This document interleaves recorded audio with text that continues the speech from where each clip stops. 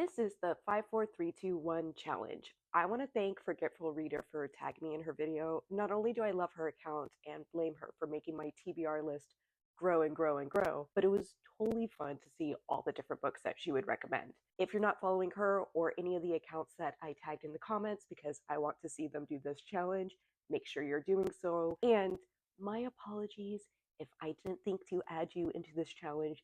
Do not feel like you are left out. Make sure you do your own because this shit was fun. Okay, starting off with the 5 books that I'm always going to recommend no matter what. First off is the series by Octavia E. Butler. It is amazing, but especially the second book.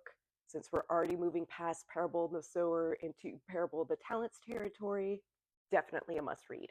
Up next is The Sympathizer. This is about a communist double agent and their time in the Vietnam War and the decades after that.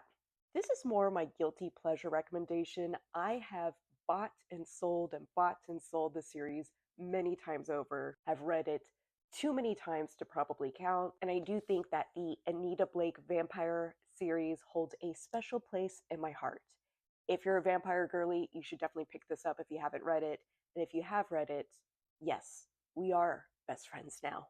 This is more of a literary pick, and for those who want to push themselves when it comes to reading, because Jose Zamargo, although amazing, is more of a harder read. He does not use quotation marks or normal punctuations in his story. It is about an unnamed city that is struck with an epidemic of blindness and one of the last few people who might still be able to see and what they do in those circumstances. Finally, this is the only nonfiction pick on my list, but I recommend it so much. It is Rain of Gold.